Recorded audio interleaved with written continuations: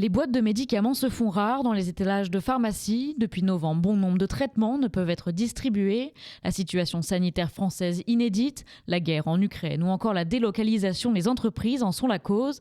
Depuis, les établissements de santé doivent se réorganiser. Il y a des pénuries sur un médicament qu'on ne peut pas commander pour X ou Y raison. Le problème, c'est que quand il n'y en a plus partout, c'est là que ça devient compliqué. Il faut recontacter les médecins pour changer les traitements et il y en a pour lesquels c'est pas possible. Des traitements très spécifiques pour des maladies données et là, ça devient compliqué. Une situation abîmée par les 80% de produits actifs pharmaceutiques venant de terres asiatiques, mais pas de quoi s'affoler. Laboratoires et établissements s'adaptent et trouvent des solutions pour garder le contrôle de la pénurie. C'est la conjonction d'une part d'une pathologie accrue avec des demandes d'antibiotiques et de Doliprane qui sont augmentées et des pénuries. Alors, pas spécialement sur les molécules, mais parfois sur les contenants. On en commande tous les jours, en petite quantité, ce qui fait que, grosso modo, on arrive quand même à répondre à la demande, et puis